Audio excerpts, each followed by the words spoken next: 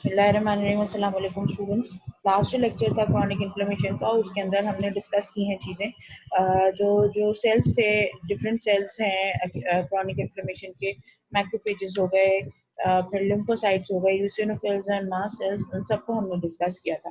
ठीक है जी। अब असल जो चीज़ है उसके ऊपर आते हैं कि टाइप्स ऑफ क्रॉनिक इन्फ्लेमेशन। अब इसके अंदर आपको मालूम है, जैसे मैंने बताया, परसिस्टेंट इन्फ्लेमेशन या इन्फेक्शन जो हैं वो ट्रिगर करते हैं। इम्यून डिसऑर्डर्स जो हैं उनकी वजह से हो सकता है क्रॉनिक इन्फ्लेमेशन, या prolong exposure to toxic substances, ये जो है वो क्रॉनिक इन्फ्लेमेशन कॉज करते हैं। जो सबसे इम्पोर्टेंट प्रेजेंटेशन होती है जो क्रॉनिक इन्फ्लेमेशन की, वो होती है ग्रैनुलोमेटस इन्फ्लेमेशन के फॉर्म में।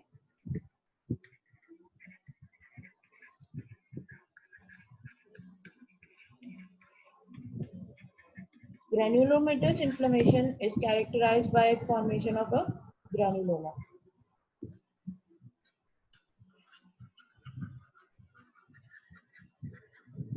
अच्छा, ये जो ग्रैन्युलोमा बनता है, बेसिकली इसका मतलब क्या है? अगर आपको याद हो तो कि जो हम एक्यूट इन्फ्लेमेशन में जब डिफरेंट मोर्फोलॉजिकल पैटर्न्स कर रहे थे इन्फ्लेमेशन के हवाले से, तब मैंने आपसे बात की थी ग्रैन्युलोमेटस, नहीं sorry, if I am not wrong, हमने केशियस नेक्रोसिस के हवाले से बात की थी। तब मैंने आपको एक ग्रैन्युलोमा का फॉर्मेशन का तरीका बताया था। उस वक्त मैंने आपको जो एग्जाम्पल दी थी वो टीबी के ग्रैन्युलोमा की ही दी थी।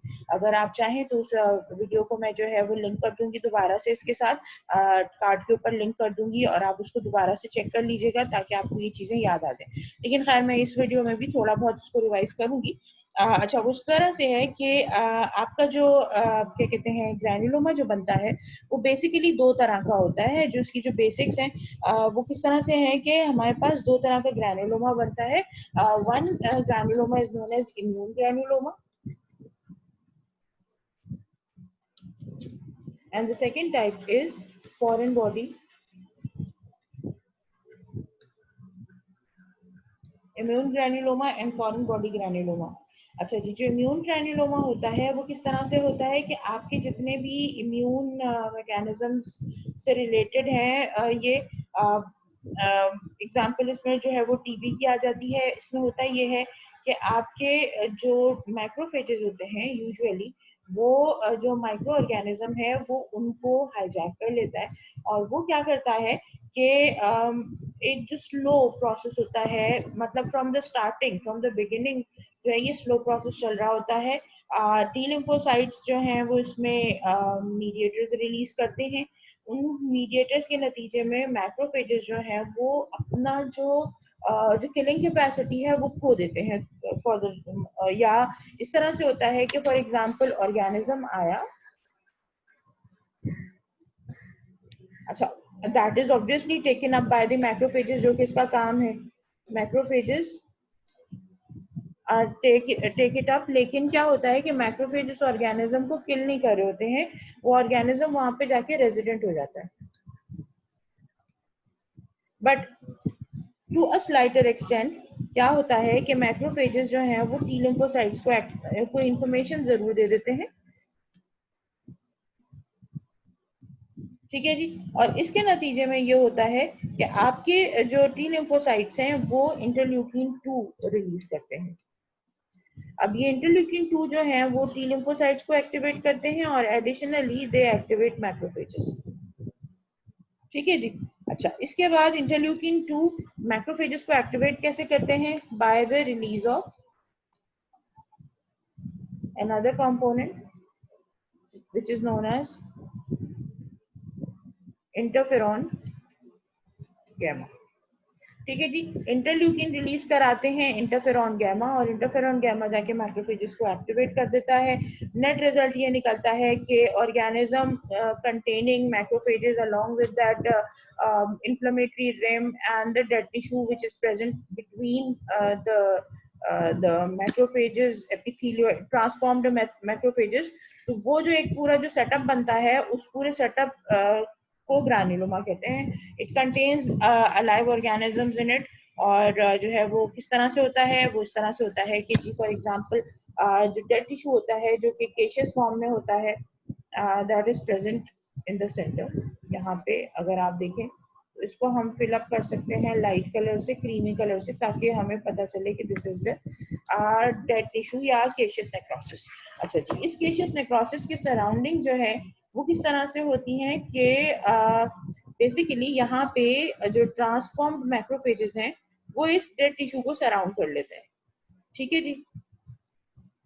अच्छा, साइज में बड़े भी हो जाते हैं, मल्टीपल मैक्रोफेजेस एक दूसरे के साथ मिल जाते हैं, इस वजह से ये क्या कहलाते हैं, मल्टी न्यूक्लिएटेड जाइंट सेल्स भी कहलाते हैं।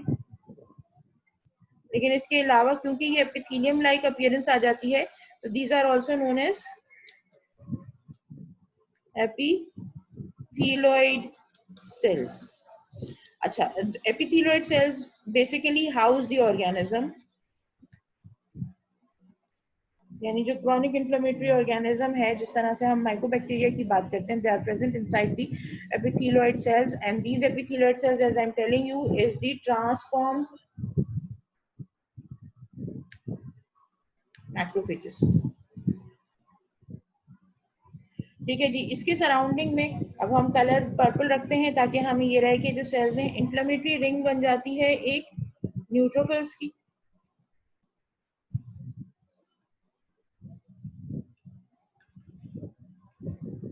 ठीक है जी, ये इन्फ्लेमेटरी सेल्स हैं, पर्पल कलर के दिखाई दे रहे होते हैं, तो हमने इसीलिए पर्पल का कलर लगा दिया ताकि आपको थोड़ा सा कंफ्यूजन ना हो कि ये क्या चीज बनाई गई है। Basically this is the inflammatory ring surrounding the epithelioid cells ring. ठीक है जी। और ये जो इन्फ्लेमेटरी रिंग है ये किसकी है, आपके ल्यूकोसाइट्स की। अच्छा, इसके बाद फिर क्या होता है कि जैसे कि पता है आपको कि क्रॉनिक इन्फ्लेमेशन है, तो क्रॉनिक इन्फ्लेमेशन में एक सेल जो कि रीजनरेशन और रिपेयर का काम कर रहा होता है, that is the fibroblast sales. तो क्या होता है कि फाइब्रोब्लास्ट सेल्स जो हैं वो भी यहाँ पे आ जाते हैं ट्रांसफॉर्म फॉर्म में, और जो फाइनल जो आउटर मोस्ट रिंग बनती है इस इन्फ्लेमेटरी रिंग की, that is the lining of this ring by the fibroblast cells, activated fibroblast cells। इस तरह से फाइब्रोब्लास्ट सेल्स आ जाते हैं जो कि सराउंड कर लेते हैं इस पूरी रिंग को। Now the resultant tissue which is formed right now, which is formed over here. अच्छा, पहले इसको देख लेते हैं, ये जो है वो फाइब्रोब्लास्ट की रिंग है, and this whole structure is known as your granuloma।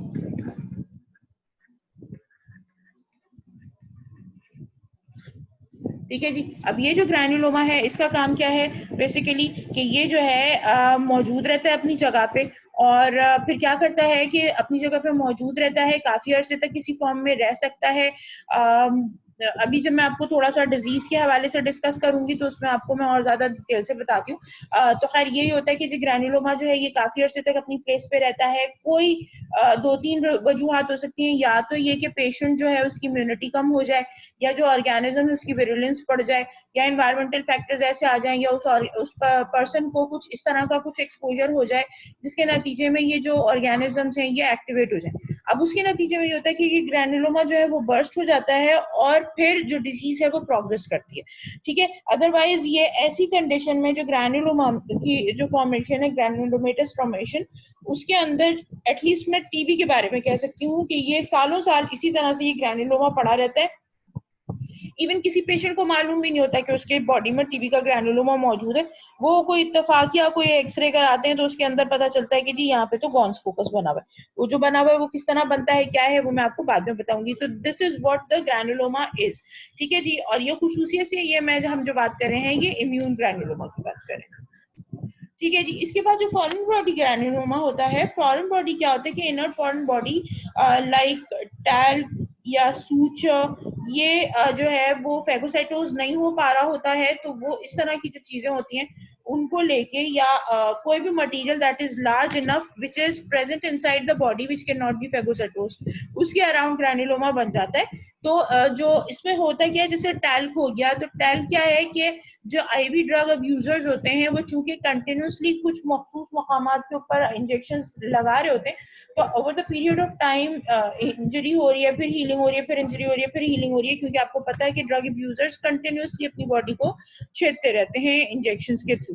तो अब उसमें जो है वो ये होता है कि इस तरह अगर बार बार हीलिंग हो रही है और इन्फ्लेमेशन का प्रोसेस हो रहा है, तो नेट रिजल्ट क्या निकलता है कि वहां पे पाउडर जो इंजेक्ट हो रहा होता है, जो अब्यूज वाला जो पाउडर इंजेक्ट हो रहा होता है, वो थोड़ा सा डाइल्यूट करके लगा रहे होते हैं, वो वहां पे सेटल होना शुरू हो जाता है। वो जो टैल्क है वो फिर अपनी जगह पे मौजूद रह के, और फाइनली जो उसकी जो अपीयरेंस आती है वो ये कि जो सेंटर का जो डेड टिश्यू है, that tissue contains your foreign body as well. यानी इसी में अगर हम चाहें तो सिर्फ आपको समझाने के लिए यहाँ पे एक अदर फॉरेन बॉडी भी बना दें, तो इस फॉरेन बॉडी के अराउंड डेड टिश्यू के अराउंड वही आपकी जो इन्फ्लेमेटरी सेल्स की जो रिंग है वो बन जाती है। और अभी चूंकि इससे पहले अगर ये इसको हटा दें तो ये क्या है, ये है आपका इम्यून ग्रैन्युलोमा। अगर इसके अंदर एक अदद फॉरेन बॉडी आ जाती है तो ये हो जाएगा फॉरेन बॉडी ग्रैन्युलोमा। बाकी की जो तमाम चीजें हैं वो एज इट इज रहती हैं। दूसरा एक तरीका ये होता है कि जी पेशेंट को सूचर लगे हैं। बहुत दफा ये होता है कि हम डॉक्टर्स बाकायदा बोलते हैं कि जी 3 दिन के बाद आके चेक कराना है, 5 दिन के बाद आके चेक कराना है, और 7th डे पे सूचर हर सूरत में निकाल देना है। सूचर से मुराद क्या है, जो टांके लगते हैं। ठीक है जी, तो हम उसकी बात करें कि वो सूचर्स, दो suture should be remove with in due time. It should not exceed 10 days। Usually अगर तो कोई बहुत बड़ी सर्जरी नहीं है तो उस सर्जरी के भी जो सूचर्स होते हैं वो 3rd डे से निकाले जाने शुरू कर दिए जाते हैं, और 15 डेज पे वो फाइनली निकाल दिए जाते हैं सारे के सारे। ये मैं बात कर रही हूँ बड़ी सर्जरी जिसमें पूरा पूरा पेट खोल की जो सर्जरी होती है उसके हवाले से बात कर रही हूँ। 15 से 20 दिन मैक्सिमम लग रहे होते हैं। लेकिन अगर हम छोटे सूचर्स की बात करते हैं, सर फट गया, 4-6 टांके लग गए, अब उस जो चीज है उसकी जो मैक्सिमम ड्यूरेशन है वो it should not exceed 10 days। ठीक है, बेसिकली आइडियल जो टाइम है वो 7 days है। 7 days में सूचर्स बॉडी से निकल जाने चाहिए। लेकिन बहुत दफा ये होता है कि कुछ इमरजेंसी हो गई, कुछ भूल गए, कुछ केयरलेसनेस हो गई, उसके नतीजे में ये होता है कि सूचर्स लगे रह जाते हैं, या डॉक्टर की केयरलेसनेस की वजह से सूचर का कोई पार्ट जो है वो मतलब उसको इस तरह से काटा गया कि कुछ पोर्शन बॉडी के अंदर ही रह गया, बाकी का सूचर निकाल दिया गया। अब वो जो सूचर है वो फॉरेन बॉडी है। अब वो माइक्रोफेजेस उसको जो है वो डाइजेस्ट नहीं कर सकते, उसको किल नहीं कर सकते, क्योंकि जो अनडिसॉल्वेबल जो सूचर मटेरियल होता है that's very thick kind of a material, and it cannot be dissolved by any of the enzymes present inside the body. So it has to be taken out of the body. If it's not getting out of the body, it will ultimately lead to the formation of a granuloma. That is, it will trigger a mechanism and it will activate your peripheral immune cells, और उनके नतीजे में फिर वो वही जो तरीका है पूरा कि जी साइटोकाइंस रिलीज होंगे और उसके बाद जो है वो ग्रैन्युलोमा की फॉर्मेशन हो जाएगी। सो उस सूरत के अंदर फिर अगेन जो फॉरेन बॉडी ग्रैन्युलोमा बनेगा, suture material with in side. ठीक है, यानी ये जो डेड टिश्यू होगा जिसकी सराउंडिंग में उसमें से सूचर मटेरियल होगा, और उसकी चारों तरफ जो है वो आपके सेल्स सराउंडिंग में मौजूद होंगे। So this is how the cells are formed, या जो ग्रैन्युलोमा फॉर्म होता है फॉरेन बॉडीज के होने से, और फॉरेन बॉडी सेंटर में होती है। जैसे मैंने बताया कि जो डिफरेंस है वो फॉरेन बॉडी का होना या ना होना है, और बाकी तमाम जो मैकेनिज्म है वो सेम होता है। अब एक पिक्चर मैं आपके साथ शेयर करने लगी हूँ, उस पिक्चर को फिर मैं आपको एक्सप्लेन करती हूँ। अच्छा जी, अभी आपके सामने एक पिक्चर है, इसको मैं थोड़ा सा बड़ा करती हूँ और फिर हम इसको डिस्कस करते हैं। अगर ये देखा जाए तो these are the examples of granulomatous inflammation जो अभी मैंने बताया है। ऑल टुगेदर एंड रिजल्ट जो है इन तमाम डिजीज की जो मॉर्फोलॉजिकल पैटर्न है उसमें ग्रैन्युलोमा फॉर्मेशन होती है, वन वे और द अदर, थोड़ा आगे और थोड़ा पीछे होके, लेकिन ग्रैन्युलोमा की जो फॉर्मेशन है वो हो रही होती है। किस तरह होती है, कौन कौन से कॉजेज हैं, वो हम डिस्कस कर लेते हैं। ट्यूबी या ट्यूबरक्यूलोसिस जो कहलाता है ऑर्गेनिज्म, इसका जो ग्रैन्युलोमा कॉज करता है वो है माइकोबैक्टीरियम ट्यूबरक्यूलोसिस। ठीक है जी, ये क्या कर रहा होता है, अब आप देख सकते हैं कि जो टिश्यू का जो रिएक्शन आता है वो क्या है कि केसिएटिंग ग्रैन्युलोमा होता है। केसिएशन का मतलब क्या है, अभी जो 2 मिनट पहले हम बात करके बैठे हैं कि चीजी नेक्रोसिस, यानी जो टिश्यू है जहाँ पे इन्फेक्शन हुआ है वो जगह जो है वो डेड हो जाती है, और डेड होने के बाद उसकी अपीयरेंस जो है वो चीज लाइक हो जाती है, लाइट क्रीमी कलर का जो है वो डेड टिश्यू होता है, जिस वजह से इसको केशियस बोला जाता है। तो केजिएटिंग ग्रेन्युलोमा होता है। अब उसके अराउंड जो है वो ट्यूबरकुल बनता है। एक्टिवेटेड मैक्रोफेजेस, एपिथेलियोइड सेल्स मौजूद होते हैं, फाइब्रोब्लास्ट मौजूद होते हैं, lymphocytes, histiocytes and Langerhans giant cells भी मौजूद होते हैं। सेंट्रल नेक्रोसिस होती है with amorphous granular debris and acid fast bacilli. अच्छा, ये वो तमाम चीजें हैं जो हम बात कर चुके हैं। अच्छा, इस एरिया को अगर आप क्या कहते हैं बायोप्सी करके निकालते हैं तो यहाँ से आपको बेसिलाइज जो हैं वो भी मिल सकते हैं, जो कि आपको acid fast bacilli, this is the property of the mycobacteria. इनके अलावा और कोई से भी जो ऑर्गेनिजम्स हैं वो एसिड स्टेन को एक्सेप्ट नहीं कर रहे होते हैं, तो these are specifically called acid fast bacilli. क्यों? इसलिए कि ये एसिडिक स्टेन उठा रहे होते हैं। ठीक है जी। इसके बाद फिर आपके पास दूसरी जो जो मेजर डिजीज है जो ग्रैनुलोमा कॉज करती है वो है लेप्रेसी। लेप्रेसी के बहुत क्या कहना चाहिए कि काफी डेवस्टेटिंग कॉन्सिक्वेंसेस होते हैं, लेकिन जो स्टार्ट होता है वो उसका भी ग्रैनुलोमा फॉर्मेशन से ही होता है। ठीक है जी। अच्छा, अब ये जो है ऑर्गेनिज्म क्या है, माइकोबैक्टीरियम लेप्रे, यानी this is the same kind. Mycobacterium tuberculosis की सेकंड टाइप है जो कि लेप्रेसी कॉज कर रही होती है। अगेन एसिड फास्ट बेसिलाई होते हैं और नॉन कैजिएटिंग ग्रैनुलोमा होता है। यहाँ पे याद रखिएगा कि जो ग्रैनुलोमा होता है वो सेंटर पार्ट जो है उसमें केसिएशन नहीं हो रही होती है। अच्छा, अब दोनों के जो जो इम्पोर्टेंट चीज है वो ये है कि माइकोबैक्टीरिया बेसिकली जो दोनों जो टाइप्स हैं they have a very prolonged incubation period. Incubation period वो होता है टाइम जिसमें इन्फेक्ट ऑर्गेनिज्म बॉडी में एंटर होने के बाद, इन्फेक्शन कॉज करने के बाद पहला सिम्टम प्रोवाइड करता है। That portion that time duration is known as the incubation period. Mycobacterium tuberculosis को कम से कम भी 4 से 5 हफ्ते लग जाते हैं अपना इंक्यूबेशन कंप्लीट करने में, और उसके बाद जाके कोई पहला सिम्टम आता है। ये भी मैं बता रही हूँ इन केस जब सिम्टम्स आ रहे हो, वरना ग्रैनुलोमा बनने के बाद माइकोबैक्टीरियम ट्यूबरकुलोसिस का जो इन्फेक्शन है वो सालों तक एज इट इज अनटच्ड पड़ा रहता है। ठीक है जी। आपको पता ही नहीं चल रहा होता, जो मैं जब पहले भी बता रही थी कि जो टीबी का जो ग्रैनुलोमा है वो बन के सालों तक जो है वो एक स्पेसिफिक एरिया होता है वहां पे वो पड़ा रहता है। जब एक्सरे होता है तो उस टाइम पे जो है मतलब इत्तेफाकिया पता चल रहा होता है कि पेशेंट को तो खैर से सालों से टीबी है। ठीक है, वो ग्रैनुलोमा की साइज से पता चलता है कि वो कितना पुराना टीबी उसको हो सकता है। ठीक है जी। अगर तो वो उसी कंडीशन में है तो उसको ट्रीट करना ज्यादा आसान है, क्योंकि पूरी बॉडी में वो फैला नहीं है, लाइफ थ्रेटनिंग सिचुएशन बनी नहीं है, तो ये फिर भी आसान होता है इसको ट्रीट करना। एक टिपिकल जो टीबी की जो ट्रीटमेंट प्लान है वो इस्तेमाल किया जाता है और ये ट्रीट हो जाता है। लेप्रेसी के इसके मुकाबले में अगर किया जाए तो इंक्यूबेशन पीरियड इसका जो है वो सालों के हिसाब से, आपको पता ही नहीं चलेगा कि आप कब इन्फेक्ट हो गए लेप्रेसी के ऑर्गेनिज्म के साथ और कब उसने आपकी बॉडी में काम करना शुरू कर दिया। सिम्टम्स आने तक काफी देर हो चुकी होती है, अच्छा खासा डैमेज ये न्यूरॉन्स को, पेरिफेरल न्यूरॉन्स को कर चुका होता है। सिम्टम्स बहुत लेट आते हैं। आमतौर पे आपको पता है कि लेप्रेसी जो है वो मशहूर है कि जिस्म के जो डिफरेंट पार्ट्स हैं वो खुद ही झड़ना शुरू हो जाते हैं। तो ये बेसिकली वो वही डिजीज है। तो उसमें ये है कि फिर peripheral parts of the person starts falling of automatically. इसके अलावा जो इसका जो पहला सिम्टम यूजुअली लोगों को आ रहा होता है वो होता है हाइपो पिगमेंटेड पैच का appearance on the skin, any part of the skin.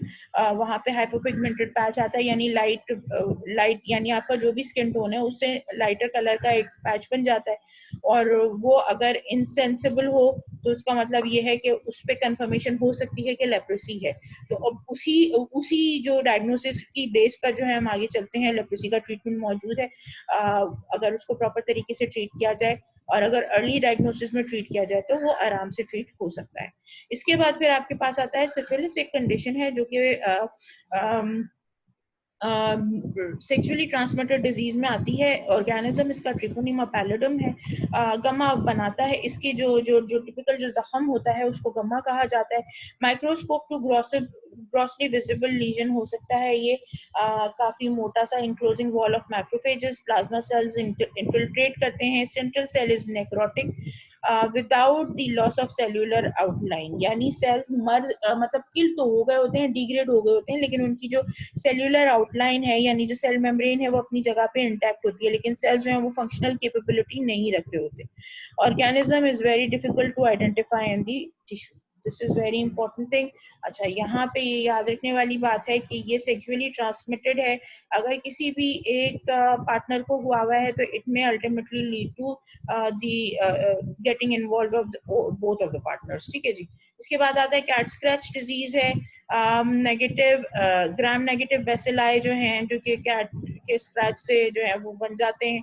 Regular base पे कैट स्क्रैच हो रहा है तो आपका ये जो स्किन के अंडरनीथ जहाँ पे कैट ने स्क्रैच किया है उसके अंडरनीथ जो है वो ग्रैन्युलोमा बन जाता है। राउंड और stellate granuloma containing central granular debris and recognisable neutrophils, giant cells usually नहीं होते यहाँ पे। सर्कोइडोसिस एक कंडीशन है जिसके अंदर अगेन ग्रैन्युलोमा जो है वो लंग्स के अंदर बनता है। एटियोलॉजी या जो इसका जो पैथोजेनेसिस है वो नोन नहीं है। नॉन केजिएटिंग ग्रैन्युलोमा होता है अबंडेंट एक्टिवेटेड मैक्रोफेजेस के साथ। ठीक है जी। Crohn's disease, inflammatory bowel disease, IBD दो तरह का होता है। एक क्रोन्स डिजीज है। तो इसके अंदर क्या है कि इम्यून रिएक्शन होता है। ये ऑटो इम्यून डिसऑर्डर है। इम्यून रिएक्शन होता है against undefined gut microbes and possibly self antigens, उनके अगेंस्ट बनती है ये। नॉन केजिएटिंग ग्रैन्युलोमास होते हैं, वॉल ऑफ इंटेस्टाइन के अंदर होते हैं with dense chronic inflammatory infiltrate. अच्छा, एक चीज और जो आपको बताने की है वो ये है कि अगर तो टीबी जो है वो फैला नहीं है बॉडी में तो फिर तो इसका जो ग्रैन्युलोमा है वो आपको सिर्फ और सिर्फ लंग्स के अंदर मिलेगा। लेकिन टीबी अगर एडवांस स्टेज में चला गया हो, पूरी बॉडी में फैल गया है, तो फिर इसके ग्रैन्युलोमास हमको कहाँ कहाँ मिल सकते हैं? जीआईटी में मिल सकते हैं। ठीक है जी। वर्टिब्रल कॉलम में जो पीछे बोन होती है, बोन के अराउंड जो टिश्यू होता है उसके अंदर आपको वर्टिब्रा की टीबी जो कहलाती है उसमें ग्रैन्युलोमास जो मिलते हैं वो जो वर्टिब्रल कॉलम के अराउंड जो टिश्यू है, जो सपोर्टिंग टिश्यू है, उसके अंदर ग्रैन्युलोमास मिल रहे होते हैं। इसके अलावा लिम्फ नोड्स में टीबी हो जाती है तो लिम्फ नोड्स के अंदर ग्रैन्युलोमा मौजूद होते हैं और उसकी वजह से जो है वो फिर जो ट्यूबरकुलसली इन्फेक्टेड जो आपका जो वो होता है, क्या कहते हैं, आपका लिम्फ, वो पूरी बॉडी में फैल के और पूरी बॉडी के अंदर जो है वो टीबी को फैला सकता है। That is known as miliary tuberculosis and that is a very very very life threatening situation. ठीक है जी। तो ये तमाम जो चीजें थी ये क्रॉनिक ग्रैन्युलोमेटस इन्फ्लेमेशन के हवाले से थी। होपफुली आपको ये चीजें समझ में आ गई होंगी। So that's all for now. Thank you so much. Allah Hafiz.